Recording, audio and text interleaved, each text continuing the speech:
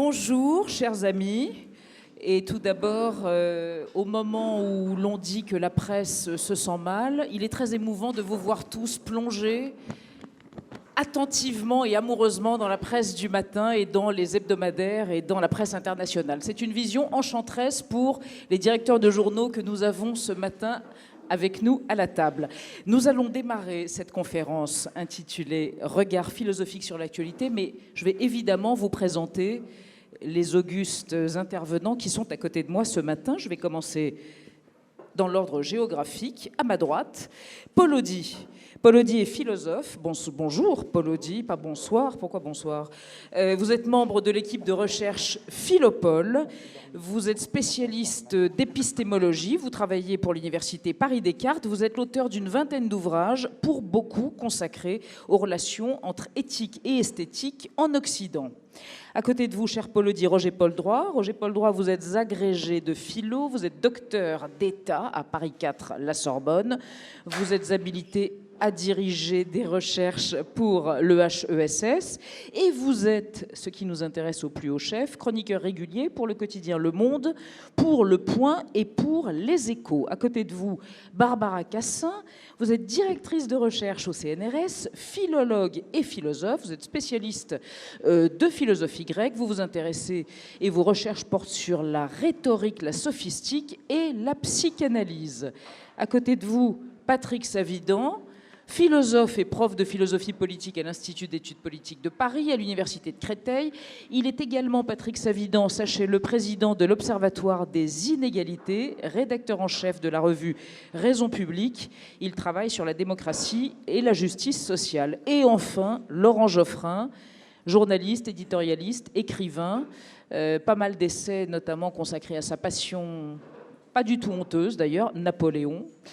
Il est par ailleurs directeur de la rédaction du Nouvel Obs, enfin il fut directeur de la rédaction du Nouvel Obs de 2011 à 2014 et il est aujourd'hui directeur de la rédaction et de la publication de cet excellent quotidien, je le dis en toute impartialité, Libération. Voilà, donc on va démarrer ce colloque et j'ai peut-être envie de poser une question à Patrick Savidan d'emblée, puisqu'il s'agit de s'interroger sur le regard que portent les philosophes sur l'actualité, mais quand même l'actualité, elle n'arrête pas de bouger, elle n'arrête pas de changer par définition. Or, le philosophe est censé réfléchir, ruminer, en prenant sans doute du temps, du recul, comment la temporalité de l'actualité et celle du travail philosophique peuvent bien se rencontrer ou avoir quelque chose à se dire.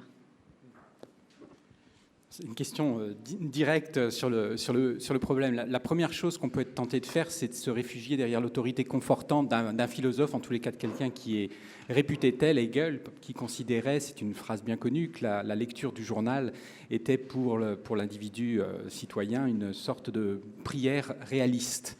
Donc, et il ajoutait, ce qui est un petit peu moins souvent mentionné, il ajoutait que c'est une manière importante pour savoir où on en est. Donc il y a cette idée qu'il n'y a pas d'opposition de principe, au contraire, entre le travail de la philosophie et le travail de l'information, de s'informer de ce qui est. Il y a simplement une difficulté qui est de savoir comment faire. C'est-à-dire que, bien évidemment, vous l'avez dit, il y a une sorte de rotation extrêmement importante de l'actualité, et que dans ce flux perpétuel d'informations qui correspondent à des tickets d'entrée assez lourds, c'est-à-dire que s'il faut pouvoir comprendre tous les articles que l'on lit, à chaque fois, ça appelle énormément de connaissances. Donc lire un article de journal bien informé, pour quelqu'un qui n'est pas spécialiste de la question, ça peut supposer un vrai travail. Donc une façon de s'arrêter d'emblée sur les difficultés. Et le travail de philosophe a priori, par définition, plutôt nécessité d'une sorte de suspension du jugement, de travail de la réflexivité, c'est-à-dire une manière à la fois de se mettre à distance pour mieux se saisir de ce qui est le plus essentiel dans l'objet, c'est-à-dire ce qui est le plus actuel dans l'actualité. Et ça me fait penser à une anecdote qu'un ami philosophe d'ailleurs m'avait rapportée, qui disait en gros, pour essayer de voir un peu de quoi on parle, il y a une façon assez simple de l'envisager, c'est vous partez quelques jours en voyage, vous revenez et vous demandez à vos amis, alors qu'est-ce qui s'est passé ? Énormément de choses. Vous imaginez pas, Trump a envoyé une cinquantaine de tweets, Emmanuel Macron a fait 3 blagues un peu spéciales, un tel a dit telle et telle chose, mais si vous partez en fait 1 an ou 2 ans et vous revenez et vous dites alors quoi de nouveau, la personne vous dit oh pas grand-chose. Donc il y a une sorte de distance qui est importante et qui permet a priori de porter son regard sur ce qui est le plus significatif, sachant que ce regard-là a aussi une fonction importante dans la détermination de ce qui va être perçu ensuite comme important. Donc il y a une sorte de double mouvement qui fait qu'à la fois on doit essayer de saisir ce qui est important, mais le regard est lui-même prescripteur, puisque si après on écrit sur ces questions-là, on essaye de les analyser, on peut contribuer à faire le tri de l'accessoire, de l'essentiel et du superficiel. Roger-Paul Droit, vous qui intervenez régulièrement pour différents supports, des supports quotidiens, des supports hebdomadaires, quel est votre point de vue sur ce qui est demandé aux philosophes, le recul, le temps long de la maturation du jugement, et puis cette nécessité d'une intervention, de commenter? Alors d'abord, est-ce que c'est de la philosophie, ce que vous faites dans les Échos, dans Le Point, dans Le Monde? Est-ce que c'est de la philosophie? Je ne le sais pas. Vous ne savez pas? Je ne le sais pas. Ce n'est pas à moi de le dire. J'essaye, je vais essayer d'expliquer de quelle manière, j'essaye qu'il y ait quelque chose de philosophique ou une forme de présence philosophique dans et sur des thèmes d'actualité. Mais Patrick Savidan vient de le souligner, il y a effectivement une grande difficulté qui est celle des décalages entre les temporalités. Après tout, il faut bien se dire que la philosophie est née à un moment où il n'y avait effectivement aucun journal, où l'idée même, il y avait une actualité, si on veut, une actualité du politique, une actualité militaire, des types d'actualités aussi culturelles, même une actualité philosophique, mais il n'y avait pas ces flux qui font que Hegel, au XIXe siècle, mais au XIXe siècle seulement, peut dire que la lecture du quotidien, c'est l'équivalent de la prière du matin pour l'homme moderne. Reste à savoir si aujourd'hui, être sur les flux du web et lire les milliers de tweets du jour, est-ce que c'est encore, ou est-ce que ça pourrait être encore quelque chose qui ressemblerait à une prière du matin? Je ne crois pas.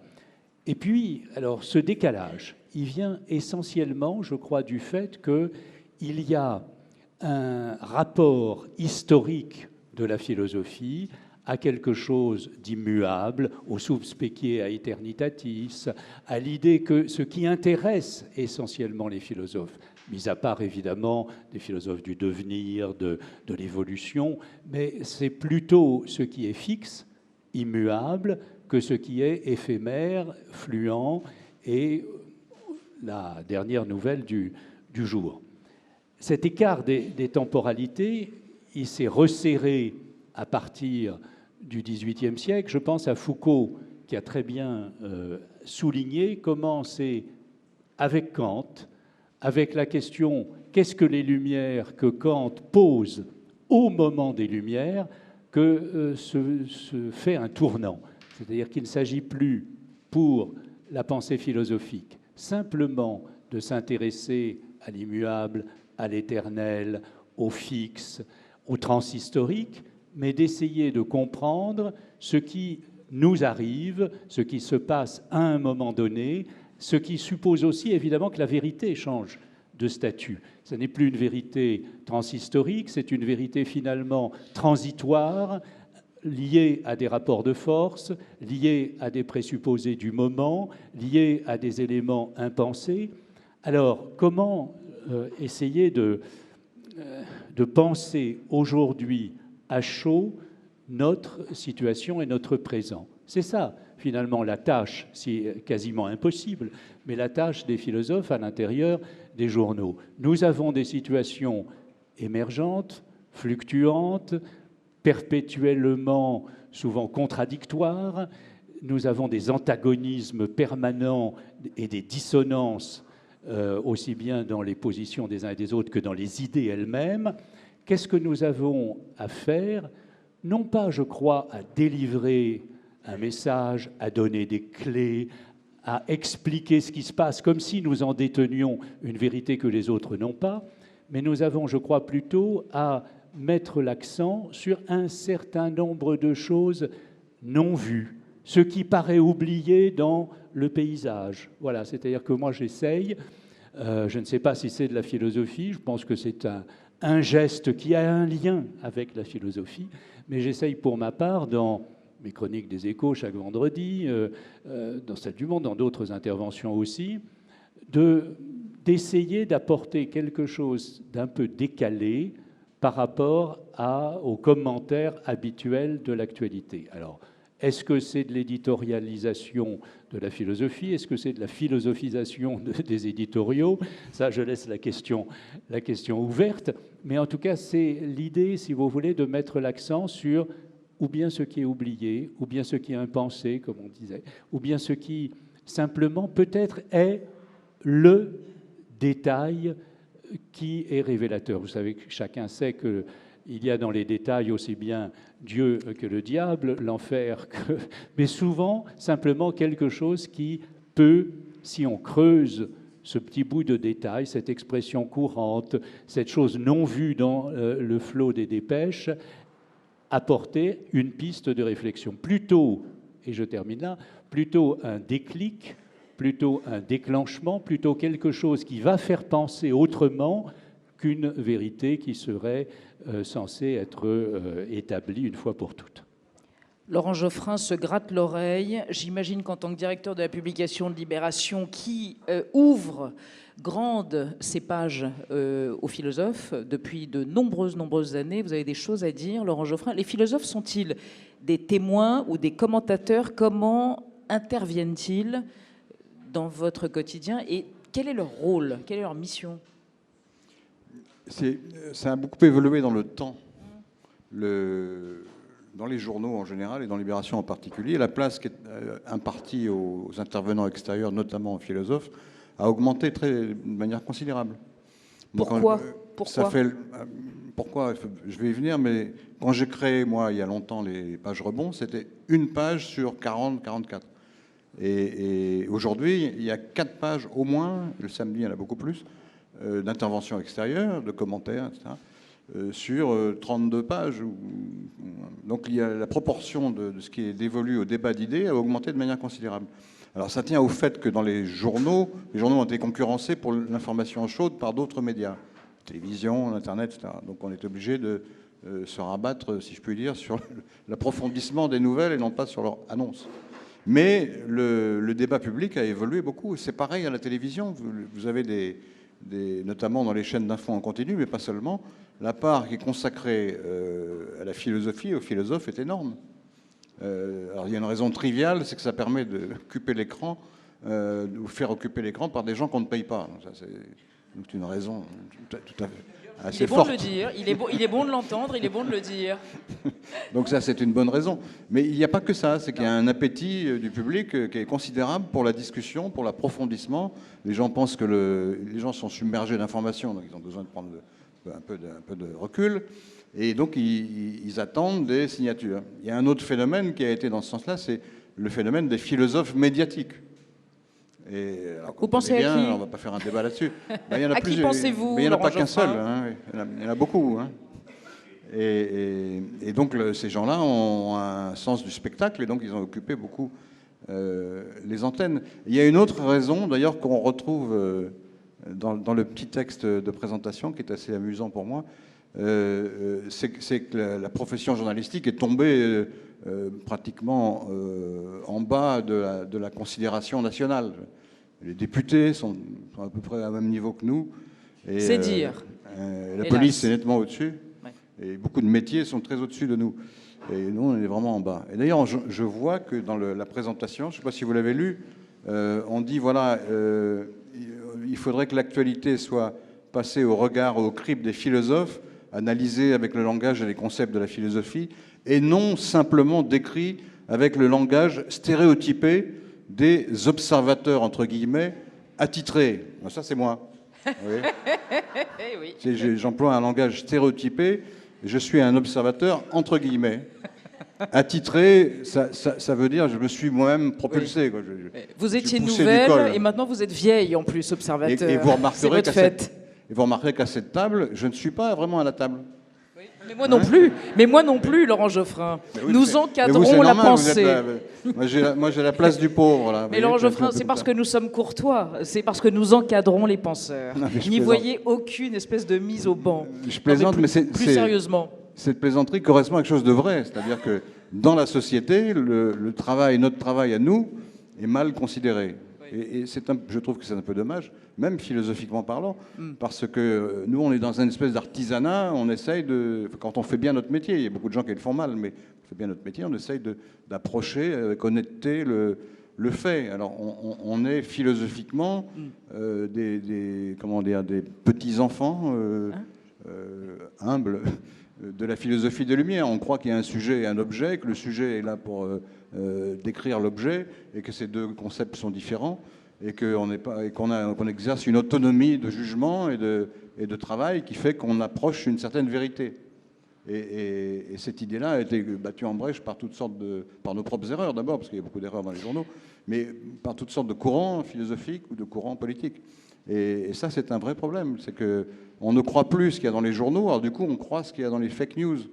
Alors, ils sont mis sur le même plan. On va évidemment y venir tout à l'heure, quand on abordera certains thèmes qui ont été pour vous des objets de réflexion, à commencer par la post-vérité. Mais Paul Audy, vous vouliez rajouter quelque chose? Oui, non, j'avais à cœur simplement de prononcer un mot qui me paraît important, puisqu'il fait la jonction entre l'approche philosophique et le traitement de l'information. C'est le mot de démocratie. Je pense que sans démocratie, le lien ne peut pas se faire. Et que c'est dans le cadre d'une démocratie qu'à la fois l'information peut être critiquée, elle peut être analysée. Ce n'est pas le cas des totalitarismes où les journaux sont des recueils d'informations dont on ne peut pas vraiment dire si elles le sont, précisément parce qu'elles ne sont pas critiquées.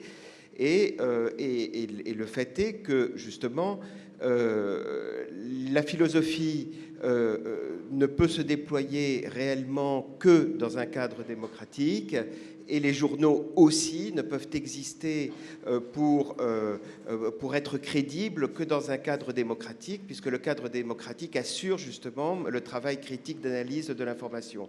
Donc voilà, j'avais à cœur juste de prononcer ce troisième terme, parce que c'est véritablement le cadre à partir duquel nous tous, nous appréhendons l'information, nous l'appréhendons tout de suite sur le mode elle peut être traitée, elle peut être critiquée, elle peut être analysée, elle peut être mise en question, elle peut être mise en perspective, et cela n'est possible que dans un comportement démocratique. Barbara Cassin, les philosophes fabriquent-ils l'opinion? Quel est votre sentiment? Quelle question! Quelle question vaste! Ils contribuent certainement à la fabriquer, à mon avis, moins que les journaux et moins que les philosophes relayés par les journaux. Disons les philosophes en général, c'est-à-dire ceux qui ont quand même d'abord pour vocation d'être pédagogues et d'être enseignants de philosophie grâce au système français, qui est vraiment à saluer là-dessus. Eh bien, les philosophes ont à contribuer à aider à juger, à fabriquer l'esprit critique. Bon, Arendt disait, serait-ce que le jugement est une faculté politique? Réponse oui. Elle disait même, serait-ce que le goût est une faculté politique? Réponse oui. À mon avis, il n'y en a pas d'autre, d'ailleurs. Donc, à cause de ça, je dirais que les philosophes ont comme vocation d'éduquer, paideia, bon, depuis les Grecs, et que par ailleurs, ils fabriquent moins l'opinion que le rapport critique. Bon, maintenant, reste à évaluer le rapport entre opinion et vérité. C'est, je crois, le sujet de quelque chose qui va venir, n'est-ce pas? Patrick Savidan, vous vouliez rajouter quelque chose? Oui, quand Laurent Geoffrin oui, ce qu'il avait dit par rapport à l'idée d'un discrédit qui frapperait plus particulièrement la profession journalistique, il me semble qu'elle s'inscrit dans un processus qui est beaucoup plus large, en fait, qui met en tension toute personne qui a l'audace de prendre la parole devant les autres ou qui choisit de s'exprimer en revendiquant une sorte de point de vue privilégié sur ce qui est. Aujourd'hui, il y a une contestation sociale forte des politiques parce qu'ils prétendent dire ce qui est, des journalistes parce qu'ils prétendent dire ce qui est, des philosophes aussi, et des experts, etc. Il y a un discrédit général de la prise de parole qui est perçu comme une sorte d'atteinte à certains présupposés démocratiques, justement. Et tout ça, bien sûr, je ne dis pas qu'il y a un rapport de causalité, mais ça s'inscrit dans un mouvement de démocratisation, ou en tous les cas d'extension du champ de l'information, où le producteur d'information est en même temps le consommateur d'information, et on parle précisément dans ces termes-là désormais, c'est-à-dire que l'information échappe à des canaux qui étaient plus institutionnels, plus repérés, et qui avaient aussi le mérite, du coup, de pouvoir rendre des comptes sur l'information qu'ils faisaient circuler, alors qu'aujourd'hui, on est dans quelque chose de beaucoup plus mouvant, où on peut envoyer une information, cesser d'exister, ne pas avoir à rendre de compte pour l'information qu'on a fait circuler, et donc ça s'inscrit dans ce que vous appeliez là aussi la post-vérité, c'est-à-dire dans un processus global qui correspond en un sens à une forme de radicalisation du subjectivisme, où on fait appel à l'émotion, et on pense qu'elle se substitue utilement à l'information, à l'argument, etc., où on est plutôt dans l'optique de la position personnelle, et que dans ce jeu de quilles, au fond, tous les faits sont alternatifs. Et ce qui fait la différence entre ces faits alternatifs, c'est la puissance avec laquelle on va être capable de le projeter dans l'opinion publique à un moment T qui va être tout de suite supplanté par d'autres. Donc je pense que c'est un problème généralisé, et je remarque qu'en même temps, les organes de presse notamment se sont quand même ressaisis de cette question-là, parce qu'on a vu les inconvénients, on va dire ça comme ça, de manière un peu euphémisée, politiques, intellectuelles, de cette propension finalement à penser que tout se vaut, que toute parole en tant que parole est légitime. Et on voit par exemple fleurir dans les pages maintenant des quotidiens, au-delà de la page accordée aux gens qui font profession de réflexivité, qui ont simplement le mérite finalement, qui n'en est pas un, d'avoir plus de temps. C'est tout la différence, à mon sens, entre les deux. C'est simplement une condition matérielle de l'exercice du travail, dont il faut d'ailleurs nuancer la portée, parce qu'aujourd'hui, les philosophes sont soumis à toutes sortes d'injonctions. On n'a plus le temps de rien, c'est-à-dire entre les copies à corriger, les comités à faire, les évaluations à faire, etc. Le métier de philosophe, en fait, institutionnel, a beaucoup changé. Et ceux qui produisent le plus de philosophie sont peut-être pas désormais dans la philosophie la plus institutionnelle, tout simplement parce qu'on est nous-mêmes pris dans ce processus d'accélération dont Hartmut Rosa a parlé, et qu'il faut toujours refaire. Et donc, dans les journaux, ce que je vois et observe avec beaucoup d'intérêt, c'est le développement de rubriques, de décodeurs, de décrypteurs, en fait, de tous ceux qui sont là pour vérifier les faits. Et ça, c'est vraiment, je trouve, une réponse très saine, au-delà de ce que vous avez dit, c'est-à-dire le développement proportionnel des pages consacrées à des moments de réflexivité, finalement, pour approfondir la nouvelle. Il y a aussi le besoin de créer une forme de continuité autour de la crédibilité qu'on se construit précisément parce qu'on dit, nous, on va vérifier les faits. Et ça, c'est vraiment important dans la tourmente qui est la nôtre aujourd'hui, de retrouver des points, sachant qu'en même temps, la confiance qu'on va pouvoir revendiquer, elle est toujours friable, elle peut se défaire très très rapidement dans un espace comme le nôtre, et que c'est un combat de tous les jours.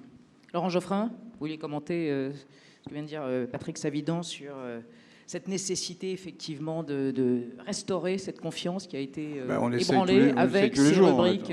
On a du mal. On a du mal, notamment parce que, je vais prendre un exemple un peu récent et polémique, c'est quand il y a des philosophes qui viennent faire notre métier à notre place dans des conditions absolument exécrables, quoi. Je pense par exemple à Michel Onfray. Je ne sais pas si vous avez lu son entretien qu'il a donné la semaine dernière à l'Obs. Oui. À l'Obs. C'est un truc hallucinant. C'est-à-dire qu'il explique que l'élection de Macron a été téléguidée dès le départ par l'establishment. Bon, pourquoi pas, une espèce de marxisme un peu simpliste, mais bon, admettons. Mais surtout que c'est Hollande qui a tout manigancé, y compris sa propre déconfiture, j'imagine, et que le Parti socialiste a nommé Hamon, en sachant que c'était un mauvais candidat. Donc ils ont fait exprès de nommer Hamon, de manière à ce que Macron ne soit pas gêné par le candidat socialiste, qui effectivement a fait un très mauvais score. Et tout est comme ça. Et il dit, voilà, tout le monde le sait. Alors, je dis, non, personne ne le sait, mais tout le monde le sait. Puisqu'on sait bien que les urnes ont été bourrées lors de la primaire socialiste. Le problème, c'est que non, il n'y a aucune preuve que les urnes aient été bourrées. Il y a eu un cafouillage ridicule dans l'annonce des résultats, mais personne n'a pu prouver. Donc un philosophe reconnu par le public, en tout cas, qui vend beaucoup de livres. Un philosophe médiatique, comment on dit ? Un philosophe médiatique. Oui, pas seulement. Il fait des bouquins, il y en a qui ont été reconnus, en tout cas, par une partie, compris de la profession, et qui vient nous expliquer des choses qui sont des pures élucubrations sans aucune vérification de rien, qui sont des accusations gratuites, diffamatoires, illégales à certains égards. Et alors, ce type-là, après, il vient nous donner des leçons en disant, mais de toute façon, les journaux, les médias, etc., c'est quelle pontosane absolue, les médias. C'est comme s'il y avait un journal qui s'appelait Les Médias. Les médias, ils sont très différents les uns des autres. Entre le monde diplomatique et Valeurs Actuelles, c'est des médias, tout ça. Oui. C'est pas exactement la même chose. Et pareil, RMC Info, c'est un média, et France Culture aussi. Donc, c'est pas la même chose. Donc, les médias, ça n'a pas grand sens, en fait. C'est une commodité de la conversation, mais ça n'a aucun sens. Et pourtant, il y a des grands intellectuels qui considèrent que les médias font que, les médias disent que, etc. C'est comme si moi, les philosophes disent que, mais lesquels, d'accord. Donc, il y a quand même de la part d'un certain nombre d'intellectuels, ils en rajoutent dans ce que j'appellerais, moi, un poujadisme anti-information. C'est-à-dire, ils sont nuls, oui, on les voit tout le temps, mais ils mentent tout le temps, etc. Enfin, des accusations gratuites. Et Barbara Cassin, dans le cas de Michel Onfray, il va plus loin puisqu'il incrimine les médias étant aux mains du capital et donc, oui, voilà, donc ayant permis l'élection de leur candidat. Comme Robert Maggiori est un employé de Patrick Drahi, donc il écrit pratiquement sous sa dictée. C'est ça qui est implicite dans la discussion. Oui, oui. Et alors, on explique, mais non, pas du tout. Non, mais c'est fatigant parce que on joue les avocats de nous-mêmes, ce qui est une position désagréable. Et j'ajouterais une chose en matière de sociologie et un peu de philosophie. La sociologie à ambition philosophique, souvent bourdieusienne, a été désastreuse pour les médias. Parce qu'on nous explique qu'on est déterminé par les structures, par les champs, etc. Et donc on écrit inconsciemment des stéréotypes, hein, c'est marqué là, des stéréotypes qui sont des opinions de classe. C'est-à-dire qu'on est lié par notre formation, par notre milieu, par nos relations, notre milieu professionnel, une espèce de connivence inconsciente. Et donc on n'écrit pas ce qu'on pense librement, puisqu'on n'est pas libre, puisqu'on est déterminé par les structures. Et donc tous mes éditos sont en fait l'expression des dominants, hein, pour manipuler les dominés. Je trouve que ce truc-là, et je ne comprends pas qu'on laisse dans la philosophie, à l'intérieur du champ philosophique, on laisse écrire des bêtises pareilles. Barbara Cassin. Je veux dire, quand on ouvre Libé, quand on ouvre Le Figaro, on voit bien que c'est pas tout à fait la même ambiance. Donc Bourdieu se trompe, mais pas complètement. Donc c'est même ça le problème. Et je veux dire, on touche là à quelque chose, je crois, d'essentiel entre le rapport entre philosophie et actualité. Vous mettez l'accent, et avec grande raison, sur le fait que maintenant il s'agit de vérifier les faits. Hein, ça s'appelle fact-checking. Hein, c'est-à-dire que ça n'est pas sans lien avec le post-truth de Trump. Bon, on vérifie les faits, très bien. Simplement, le problème avec les philosophes, c'est que, bon, il y en a un, pas des moindres, qui a dit il n'y a pas de faits, il n'y a que des interprétations et des interprétations d'interprétations. Nietzsche. Donc, on est un tout petit peu embêté avec la notion de fait. Factum, fictum, fabriqué. Bon, on fait comment? Bon. C'est là où Bourdieu n'a pas tout à fait tort. Bon. Pas plus Bourdieu que Nietzsche. Bon. Donc, on est devant des faits qui sont quand même, disons, interprétables et interprétés. Donc, qui ne sont faits qu'au bout d'une certaine procédure de vérité. C'est là le vrai point d'intersection. Hein. Et alors là, bon, puisque j'ai la parole, je la garde encore un tout petit peu. Mais gardez-la, gardez-la. Voilà. C'est-à-dire que pour moi, ce qui me paraît essentiel maintenant, c'est d'enlever l'idée que, alors je le dis très brutalement, si Lyotard, alors Trump. Si la fin des grands récits, c'est-à-dire si la fin de la vérité avec un V majuscule, hein, si Lyotard, alors post-truth. C'est absolument faux. Et s'il y a une tâche philosophique, c'est d'essayer d'expliquer pourquoi c'est faux, et comment c'est faux, et comment on peut s'insérer là. Alors, je sens que ça réagit. Donc, Roger Paul Droit, Laurent Geoffrin, Paul Audy. Roger Paul Droit, vous vouliez revenir sur... Je voulais revenir sur 3 points Ouais. très vite. Allons-y. Le premier, la question de la démocratie qu'a évoqué Paul Audy. Paul Audy. Je crois qu'il y a la question de la démocratie comme régime politique et comme possibilité des libertés d'expression, bien sûr, mais il y a plus fondamentalement encore un lien de la philosophie à ce que j'appellerais une démocratie des esprits. C'est-à-dire que lorsque Socrate interroge le petit esclave dans le Ménon, c'est simplement parce que c'est un être humain parlant, pensant, et qu'il n'a pas d'autre qualité à répondre, à réfléchir, à intervenir et à dire quelque chose que d'être un être humain parlant, pensant.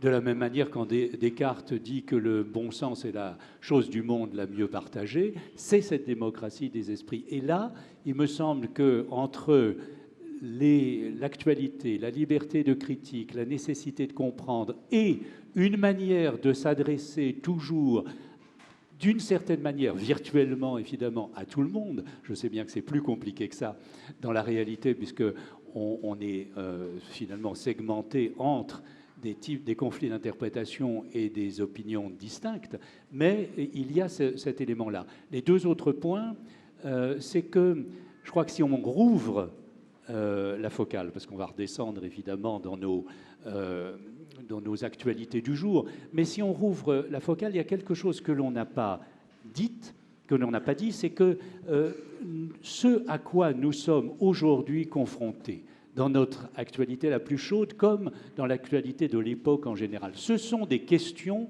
auxquelles la philosophie, dans son histoire et dans son émergence, dans sa naissance, n'a pas été confrontée. Une liste toute simple, l'Anthropocène, le changement climatique, l'idée que l'humanité puisse influer sur le cosmos, ou en tout cas l'environnement, c'est quelque chose que ni les Grecs, ni les classiques, ni même l'âge des Lumières ne pouvaient envisager. Ce que sont les mutations génétiques, la possibilité d'entrer dans l'ADN humain, c'est quelque chose que, là aussi, il n'y avait pas de possibilité de penser quoi que ce soit de semblable pour les stoïciens ou pour les écoles de sagesse de l'Antiquité. Alors, ça ne veut pas dire que nous ne pouvons pas puiser éventuellement des outils ou des concepts qui nous permettent de penser ces situations nouvelles, mais c'est que l'ensemble des questions auxquelles nous sommes confrontés fait qu'il y a des éléments nouveaux à penser. Et le dernier point, c'est que ça entraîne, me semble-t-il, un renversement de la posture du philosophe par rapport non seulement à l'histoire, mais à l'actualité. Hegel, la chouette de Minerve qui se lève au crépuscule, c'est l'idée qu'on comprend toujours après, qu'on sait tirer la leçon, mais il faut que l'histoire soit finie, que la messe soit dite, que la bataille soit terminée, c'est à la fin du jour.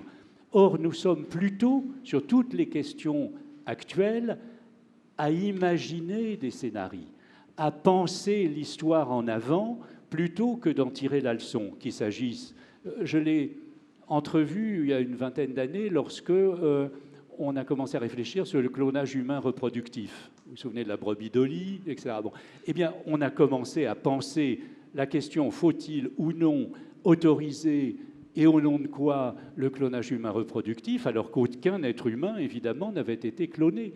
La question du transhumanisme, c'est la même chose, on pense plutôt en avant. La question du changement climatique est identique, on pense avant que ça ait lieu. Notre lien au robot, ou toutes les questions d'intelligence artificielle, ou le devenir du web aujourd'hui. Bref, je crois que la plupart des grandes questions de mutation historique, culturelle, civilisationnelle, technique, etc., qui nous attendent, nécessitent quelque chose qui est de l'ordre d'un travail théorique ou conceptuel, mais plutôt d'imagination des scénarios et de la question de savoir au nom de quoi nous voulons entrer dans tel chemin ou non, plutôt que d'attendre que la messe soit dite et que l'histoire soit finie pour en tirer la leçon. Voilà. Merci Roger Paul. Laurent Geoffrin, je crois que vous vouliez réagir à une fois de plus votre stigmatisation en tant que journaliste et patron de presse. C'est ça, hein. Rapidement, vous en remettez pas. Pas trop parler. Mais quand vous dites les faits donc sont fabriqués c'est une question de la manière dont on les présente, donc les interprétations sont diverses, donc etc. Je m'inscris en faux contre cette histoire, parce que ça veut dire que tout se vaut dans ce cas-là. Toutes les interprétations doivent être mises sur le même plan, et le travail qu'on fait, nous, qui est un travail tout modeste, qui consiste à vérifier, n'a pas de sens, puisque de toute façon, ça dépend de l'interprétation qu'on donne, et que le fait qu'on produit, nous, il est subjectif, donc il est contestable en soi. C'est vrai dans l'interprétation. C'est vrai que si on donne une certaine orientation, ou on emploie des mots spontanément, sans faire attention à leur sens réel, etc., d'accord. Mais la matérialité des faits, on peut y tendre. Et c'est très différent quand on essaye d'y tendre, honnêtement, et quand on n'essaye pas. On ne peut pas mettre sur le même plan les gens qui essayent de comprendre un attentat, par exemple, et dire voilà. Parce qu'il y a des règles tout à fait simples. Est-ce que c'était quand? Il y avait combien de personnes? Ils ont tiré avec quelles armes? Ils sont arrivés à quelle heure? Etc. Ça, c'est des choses qui ne sont pas sujettes à interprétation philosophique. Ça existe ou ça n'existe pas. De même que le bordereau de l'affaire Dreyfus a été écrit par Dreyfus ou par Esterhazy. C'est pas du tout la même chose. On ne peut pas mettre sur le même plan les interprétations. Là, c'est une affaire factuelle.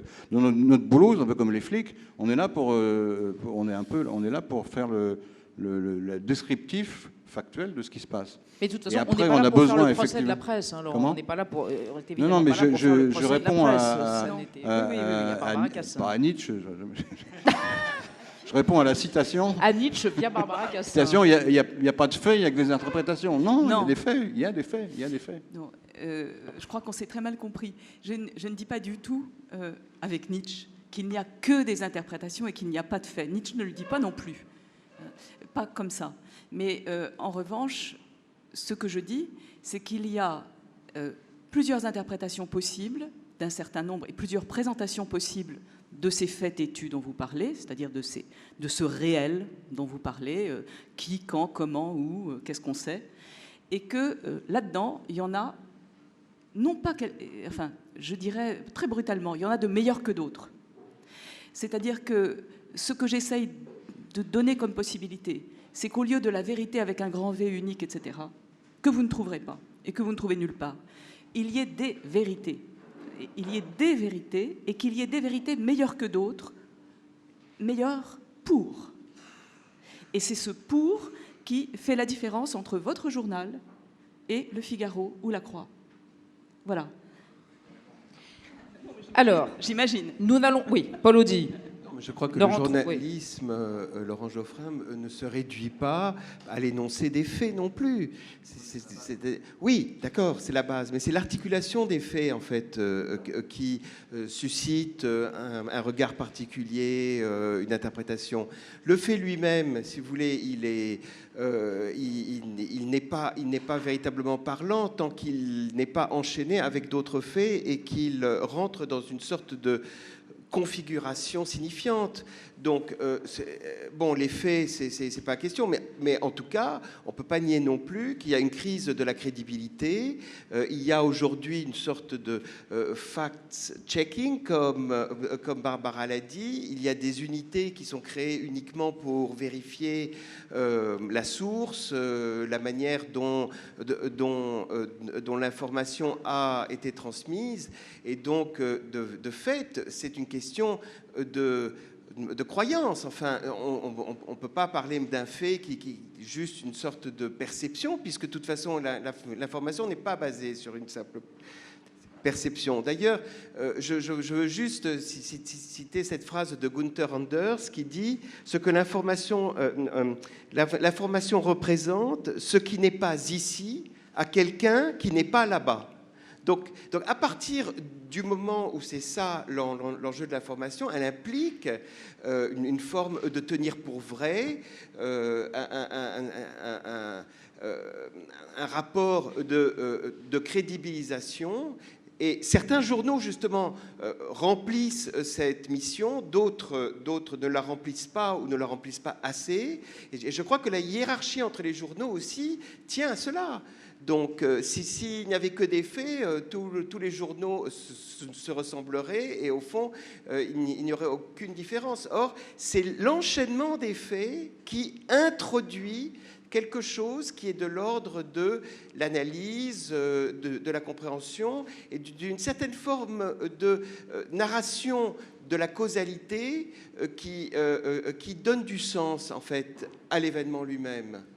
Donc, voilà. Enfin, je le dis parce que le mot fait est un mot qui n'est pas suffisant. Enfin, on ne peut pas se satisfaire de la simple information des faits. Et ce n'est pas du tout ce que vous faites, d'ailleurs.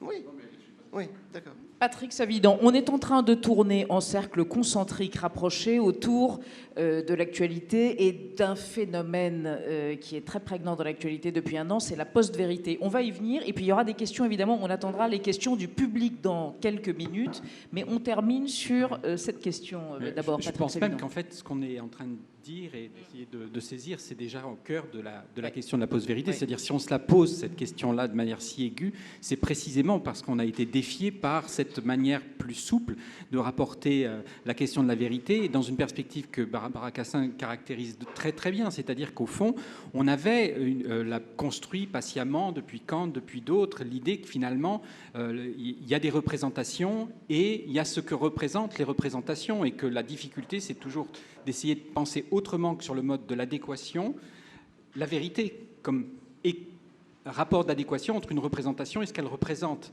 Ça, on a maintenant suffisamment de recul pour savoir que ça se construit, qu'il y a une historicité, qu'il y a des paradigmes, il y a des épistémés, il y a 1000 manières de dire que finalement, il y a un travail de construction, et ce n'est pas faire offense à la vérité que de le dire ou au fait, il y a un travail qui permet de dire qu'on va construire l'objectivité en fonction d'un certain nombre de procédures. Et de ce point de vue-là, ce qui m'a paru intéressant dans le souci que les journaux avaient de mettre des coups d'éclairage maintenant sur la façon dont le fait lui-même est construit, participe de la nécessité pour eux de rendre des comptes aussi, au même titre que les politiques, au même titre que tout un ensemble d'institutions, sur la manière dont ils travaillent. C'est-à-dire de dire, voilà, j'ai bien compris qu'aujourd'hui, il suffit plus de dire « ceci s'est passé » ou « ça a eu lieu », il faut aussi dire « voilà comment on en est venu à penser que ceci a eu lieu ». Et vous avez raison de dire qu'il y a quelque chose comme des croyances vraies et des croyances fausses. Et notre difficulté à nous, c'est d'essayer de trouver les procédures qui vont nous permettre non seulement de produire des croyances vraies, mais aussi de reconnaître, quand on n'a pas participé au processus, de reconnaître la croyance vraie par opposition à la croyance fausse, celle qu'on peut tenir pour vraie.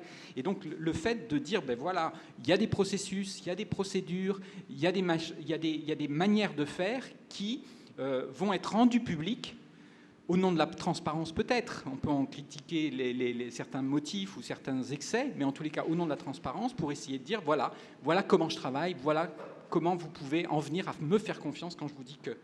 Mais bien sûr, ça reste ouvert à d'autres débats, et on peut confronter les méthodes.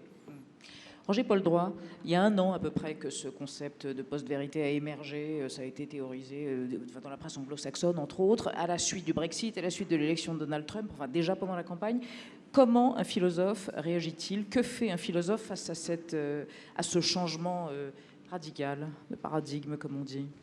Je crois qu'il peut faire deux choses. D'abord, essayer de relier cette idée de post-vérité à l'histoire intellectuelle de ces dernières décennies. C'est vrai qu'il y a un lien entre, peut-être abusif, mais un lien entre tout ce qui s'est appelé déconstruction, mise en cause d'une forme d'objectivité à partir de la considération des récits, et puis de la manière de présenter les choses, et puis cette idée de post-vérité, c'est-à-dire qu'il y a le fond de la critique de l'idée même de vérité, entamée évidemment par Nietzsche, mais poursuivie ensuite d'une part par Foucault, par Derrida, par Lyotard, avec chacun ses registres et des dispositifs théoriques distincts.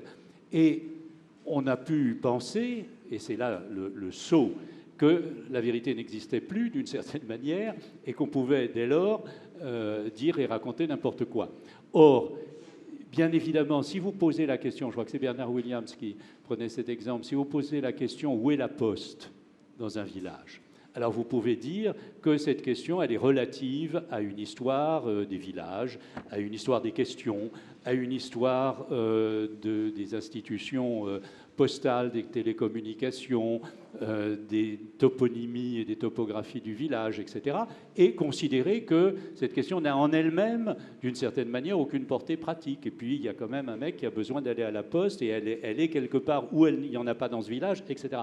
Donc il y a évidemment à distinguer, me semble-t-il, des points d'objectivité minimale. Il y a effectivement des faits, je crois, et puis tout ce que l'on dit autour de ces faits, toute la manière dont on les interprète. Et il ne faut pas oublier non plus qu'il y a eu, me semble-t-il, un certain nombre de ravages de ce qu'aux États-Unis on appelait la French Theory, c'est-à-dire un amalgame, à mon avis, mal interprété d'un certain nombre de penseurs français distincts et différents.